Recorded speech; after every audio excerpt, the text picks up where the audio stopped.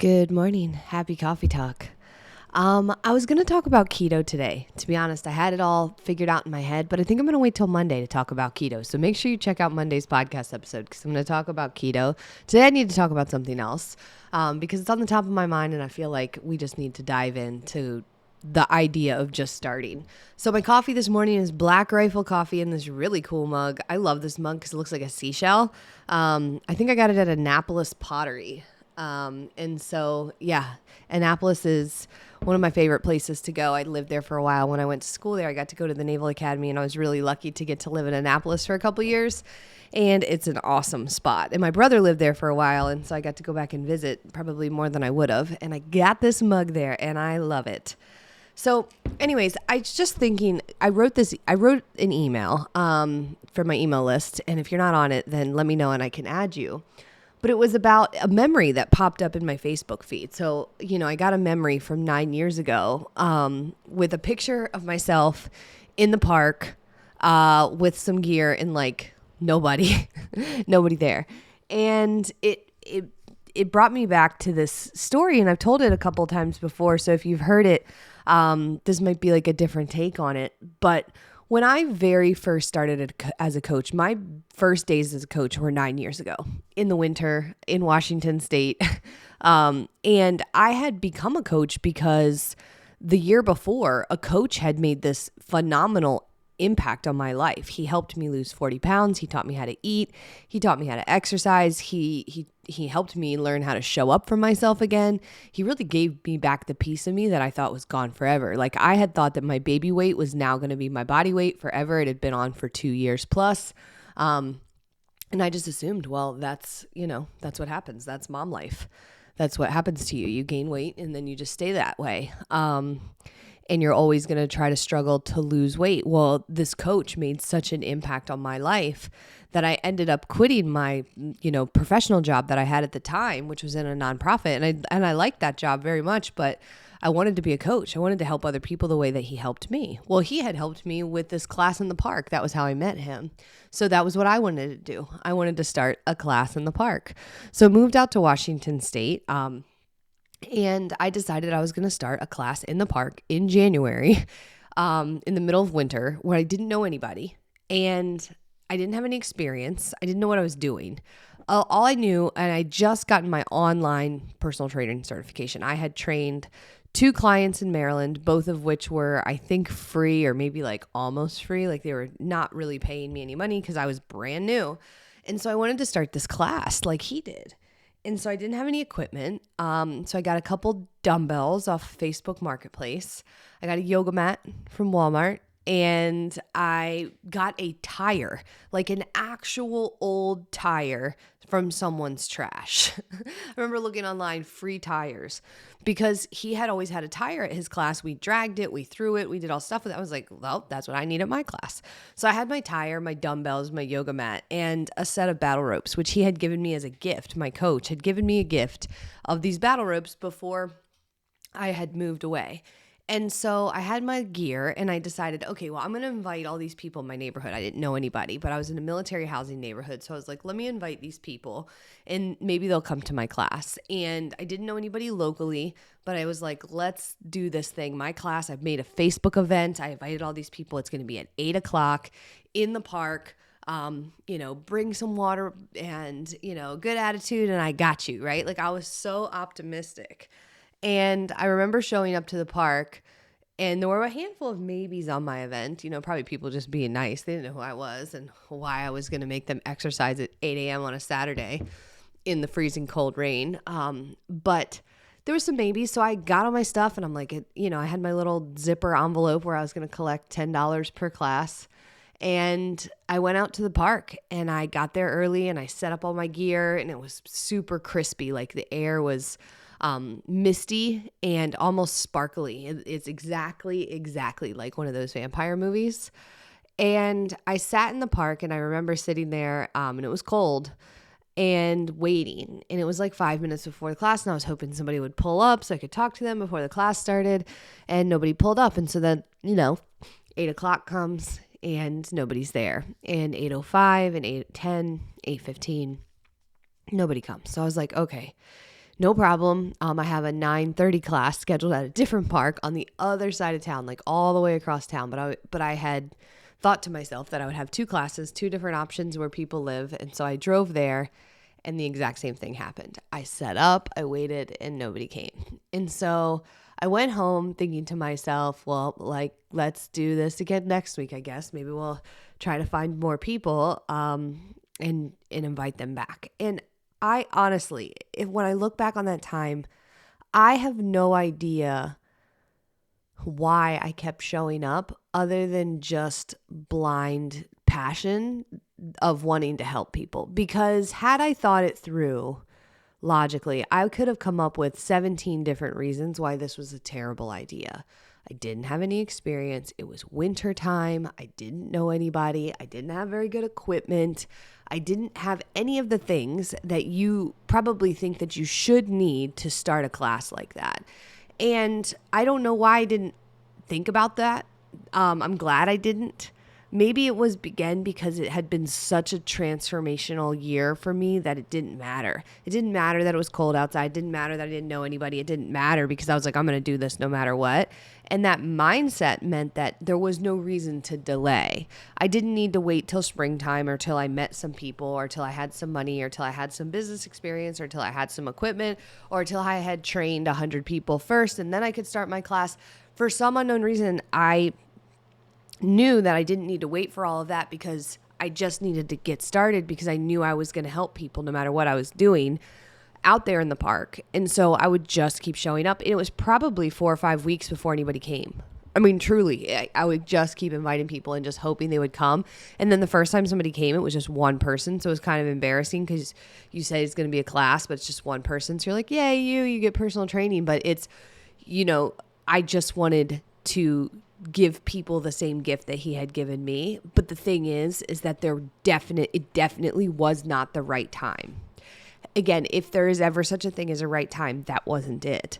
But showing up anyway, people eventually started coming, and that class grew into something that was super special. Not only was I able to coach people and get my feet wet as a coach, really start to do the repetitions to become more capable and equipped, but I made friendships and relationships. I was able to help people get strong, to lose weight, to feel better, to eat better, to do all of the things. And some of those people are still a part of Fitme now. Here we are 9 years later. Some of them are coaches. Some of them are Fitme community leaders.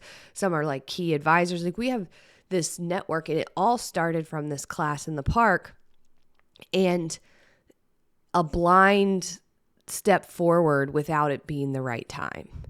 And so I wanted to tell you this story because as I was writing out this email this morning and I was, telling this memory that had popped up in my feed and talking about it, it makes me realize how often we tell ourselves, and I'm guilty of this too. I just do it in other things. Again, I don't know, in that season, I didn't have this, I wasn't listening to Coffee Talk, Christy Campbell telling me to just take action. So I don't know how I knew to do that, but I do know now that over and over and over again, I hear from people who are telling me that they need to make these lifestyle changes, that they're sick, their doctor's not happy with their blood work, their joints don't feel good, they've been overweight for years, they don't eat well, they're not a good example for their kids, they have no energy, and they tell me all of these things, and they tell me where they're at, and then they tell me why it's not the right time to make a change. They tell me that work is busy, they tell me that they can't because of this injury, they tell me they can't because financially there's this and this, and I've got to wait until the stars align so that I can finally do this. There's 1,700 reasons why now is not the right time, and guess what? It will never be. It will absolutely never be the right time for you to do anything that's important to you, because there's a lot of reasons to not start.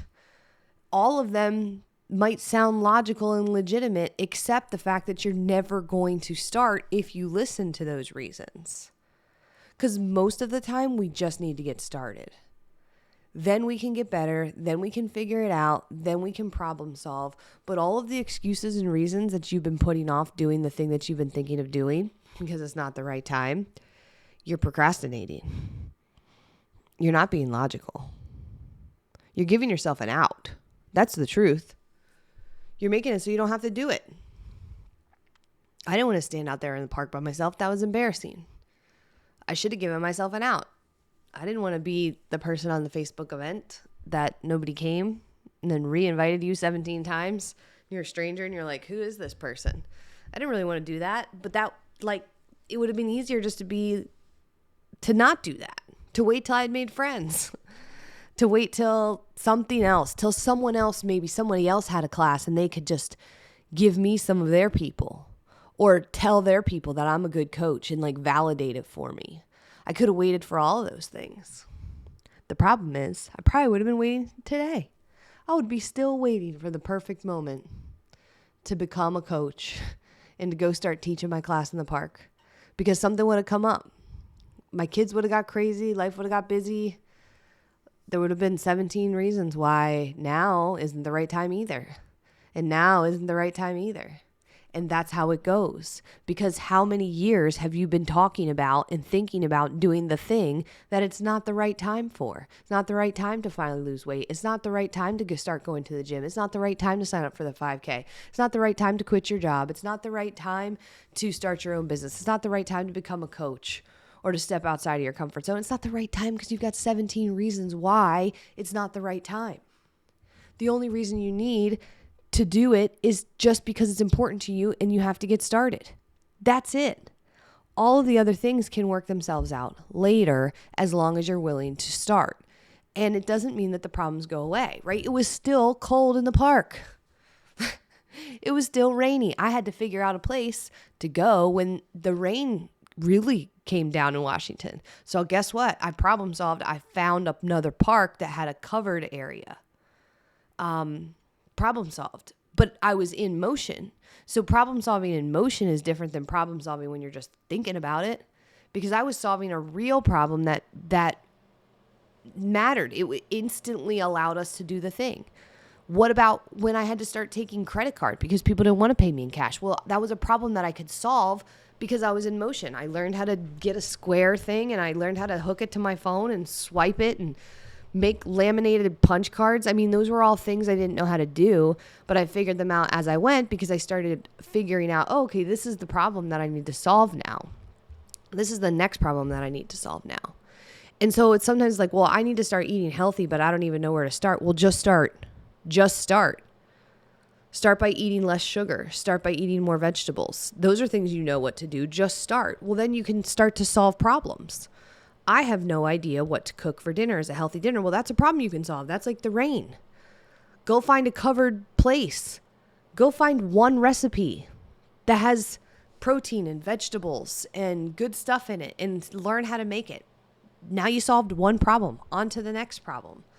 I don't know what to do in the gym. Okay, got it. That's a problem. That's not made up. That's for real. But now you're in motion. You're already going to the gym. You don't know what to do. Well, now you can solve that problem. Maybe they have an intro class. Maybe you can get a couple sessions with a trainer and they can show you around and teach you how to do all of the things. Those are problems you can solve when you're in motion. Those are problems you are never going to solve as long as you're thinking about when it's going to be the right time. You're never going to solve those problems. You're not even going to know that they're there. You're not going to know what do you need to cook for dinner because you're not doing it yet. You're not going to want to know how to do a shoulder press because you're not doing it yet. You're not going to learn. So you're not going to have a problem because you're not doing it. So you're never going to solve the problems that help you continue to do it. And so I guess the moral of today's coffee talk is just start. Just start. Whatever the thing is that you've been putting off. Just start going after that weight loss. Just start your walking thing. Just start by signing up for the 5K. Just start by walking into the gym for the first time. Just start by putting in your notice with the job that you've hated for years. Just start the certification to become a coach or to become a community leader or to become somebody, who is something in your community that you want to do. Just start. Just sign up for that class to go back to school. Whatever it is, stop thinking about it. Stop procrastinating. Stop giving yourself excuses and reasons that you can't do it right now. There will always be a financial reason. There will always be a time reason. There will always be a people reason. There will always be a permission reason. And a permission reason is somebody else hasn't given you permission to do it yet. So if you can accept that all of those things will always be true, then you can go ahead and let them go, that they do not matter right now. If you really want to do it, you'll find a financial way to do it. If you really want to do it, you're going to find the time to do it. If you really want to do it, you're not going to need permission from anyone else to do it. You're not. Let's be real. People, we do what we want to do. Most of the time. When we need to make it happen, we do. But when we start logicking ourselves out of it, we do nothing. We sit paralyzed in thinking mode. And so just start. Start walking, start eating vegetables, start cutting out sugar, start drinking water, start lifting weights, start doing those things that you know will help you move forward, and then start to problem solve. I don't know what to do. Okay, awesome. Hire a coach. I don't know how to do the thing in the gym. Okay, cool. You need a trainer, or you need to sign up for a class, or you need to watch YouTube videos, right? Like there's a million different ways to solve those problems, but you're not going to find the problems you need to solve until you're in motion. Solve those problems in motion. And the ones that are telling you can't start, disregard those ones. Figure it out and just do it. So hopefully this Coffee Talk episode was helpful. We are doing Nutrition Boot Camp it starts on Monday. So Nutrition Boot Camp is completely for free. It's really fun. Every single day you're going to have a nutrition lesson, short 3 to 5 minutes, and an action step. Pretty straightforward, right? Then you're going to have some exercises to do. You can do them throughout your day, so it's doable for all fitness levels, and you're going to have some house stuff to do, like house cleanup stuff, because it's boot camp, right? If you do each day, you're entered into a prize drawing. We're giving away 3 prizes. We're giving away a pair of Brooks shoes. We're giving away a Fitme apron and an air fryer just by playing free Nutrition Boot Camp. So I want to encourage you to sign up. I'll put the link in the comments, in the bio, in the show notes, all the places. Join us for Nutrition Boot Camp that starts on Monday. Again, completely for free. So if you want to clean up your nutrition, get started instead of just thinking about it, sign up and join us. So thanks as always for plugging into Coffee Talk. If you haven't done so, subscribe to Fitme Coffee Talk on your favorite podcast platform. If you're not a part of our Facebook group yet, go to Facebook, search Fitme Community, request to join the group. I will add you. That is the place where Nutrition Boot Camp is going to happen. That's the place where all of our free games and challenges happen for you to get started making some of these changes. So I look forward to seeing you there. Take care. Bye.